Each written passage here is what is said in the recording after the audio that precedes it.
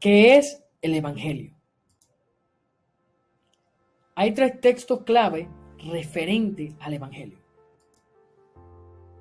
Isaías 52:7. Cuán hermosos son sobre los montes los pies del que trae alegres nuevas, del que anuncia la paz, del que trae nuevas del bien, del que publica salvación, del que dice a Sión, tu Dios reina.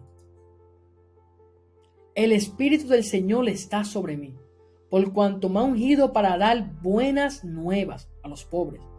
Me ha enviado a sanar a los quebrantados de corazón, a pregonar libertad a los cautivos y vista a los ciegos, a poner en libertad a los oprimidos, a predicar el año agradable del Señor. Lucas 4:18-19, y esto es una cita de Isaías 61, 1 al 2. Pablo, siervo de Jesucristo, llamado a ser apóstol, apartado para el Evangelio de Dios, que él había prometido antes por sus profetas en las santas escrituras, acerca de su Hijo, nuestro Señor Jesucristo, que era del linaje de David según la carne, que fue declarado Hijo de Dios con poder, según el Espíritu de santidad por la resurrección entre los muertos, y por quien recibimos la gracia y el apostolado, para la obediencia a la fe en todas las naciones por amor de su nombre.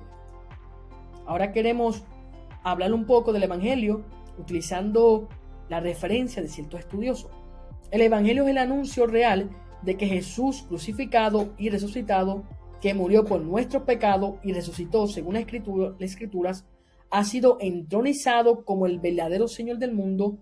Cuando se predica este Evangelio, Dios llama a las personas a salvación por pura gracia, llevándolas al arrepentimiento y a la fe en Jesucristo como el Señor resucitado, dice N.T. Wright.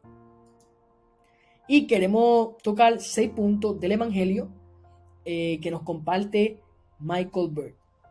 El Evangelio proclamado por los apóstoles está insinuado en el Antiguo Testamento. ¿Qué implica esto? Que el Evangelio, la buena nueva, esas buenas noticias, nacen de un contexto veterotestamentario.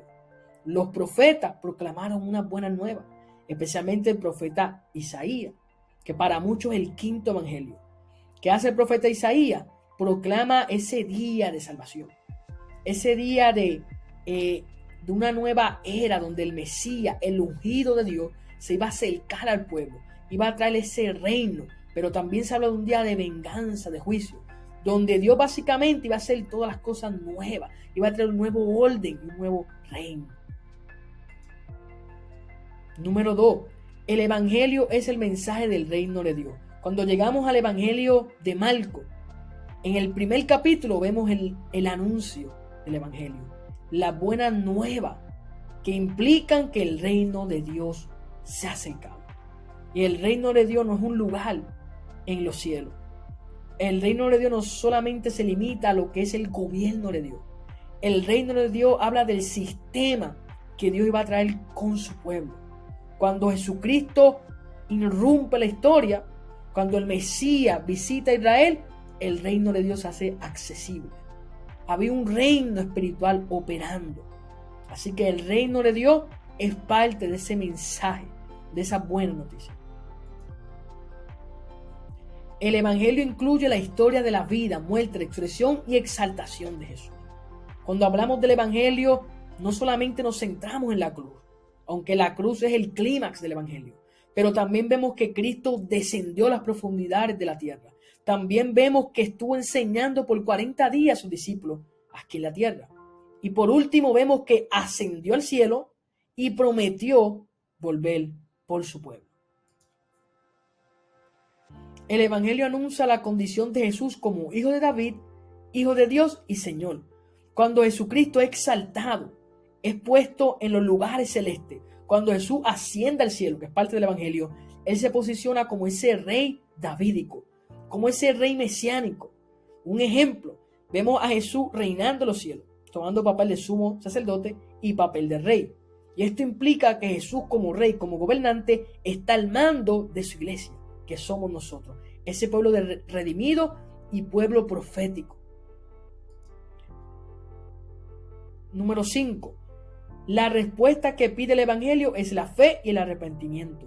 Cuando proclamamos buenas nuevas, cuando se habla el Evangelio, especialmente desde los Evangelios, cuando anunciamos a Cristo Jesús, que es el centro de la buena noticia, se supone que la persona reciba fe. Dice Romanos 17 que la fe viene por el oír la palabra de Dios. Cuando una persona recibe fe y ejerce esa fe, convierte esa fe en una fe activa, puede arrepentirse. Que es arrepentimiento, un cambio de mentalidad. Cambiamos de mentalidad y esto produce que cambiemos de dirección, que es conversión. El Evangelio nos lleva al arrepentimiento, nos lleva al camino correcto, que es andar como Jesús anduvo, es acercarnos con Dios. Por eso el Evangelio es un llamado a la reconciliación. Punto número 6. La salvación es el principal beneficio del Evangelio. Y no es salvación meramente antropológica, es decir, no es salvación solo para los hombres. También Dios quiere salvar el cosmos, restaurar este mundo y renovarlo. Por eso en Romanos 8 vemos que la salvación es a favor tanto de su Hijo como a favor del mundo que espera ser redimido, restaurado, espera esa culminación de lo que es la nueva creación. Dios a través de Cristo ha iniciado una nueva creación. Comenzó en nosotros, somos nueva creación, dice 2 Corintios 5:17. Pero esa nueva creación va a finalizar cuando Dios restaure este cosmos. Así que la salvación abarca el todo. En resumen, el Evangelio es el anuncio de que el reino de Dios ha llegado en la vida, muerte y resurrección de Jesús de Nazaret, el Señor y Mesías, en el cumplimiento de las Escrituras de Israel. El Evangelio evoca la fe, el arrepentimiento y el discipulado. Los efectos que acompañan incluyen salvación y el don del Espíritu Santo. El Evangelio no es solamente cristológico. Aunque se centra en Cristo, también es soteriológico. Habla de la salvación. Invita al mundo a ser partícipe de la salvación y tener acceso al reino. Pero también vemos que el Evangelio es neumatológico. Nos da acceso a la vida del Espíritu. De hecho, en Efesios capítulo 1, vemos que aquel que recibe a Jesucristo, aquel que cree en Jesucristo, que brinda su lealtad a Él, recibe la arra de la salvación, que es el Espíritu Santo. Es una garantía de que Dios va a finalizar la salvación que ya comenzó. Pero también el Evangelio es escatológico. Por eso se mantiene bajo una tensión del ya todavía no. Comenzó la nueva era del Espíritu. Comenzó la nueva era del Mesías, ahora reinando en los cielos. Tenemos salvación, pero esperamos la culminación de la misma. Una salvación que va a abarcar todo el mundo, donde el reino de Dios va a llegar a una culminación, será consumado. Y esto son las buenas nuevas, el Evangelio. Para el emperador habían buenas noticias. Para el mundo romano habían buenas noticias. Es que el César, el emperador, era el salvador del pueblo. Y para muchos, algunos césares se elevaban al nivel de Dios. Algunos se proclamaban como hijos de Dios. Pero en la historia llegó uno que es verdaderamente el Hijo de Dios. Y es Jesús de Nazaret. Es el verdadero Señor y Salvador. Y sobre todo es el Hijo de Dios. Esas son las buenas nuevas. Que hay un nuevo Señor que es superior al César. Que hay un nuevo Señor que es superior a todos los dioses.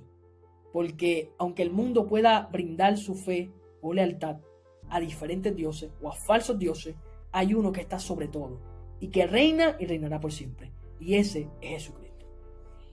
Así que, en resumen, el Evangelio es un anuncio de victoria. Como vemos en el escenario de Génesis 3:15, se promete una simiente victoriosa que va a derrotar al enemigo. Ese es el Evangelio.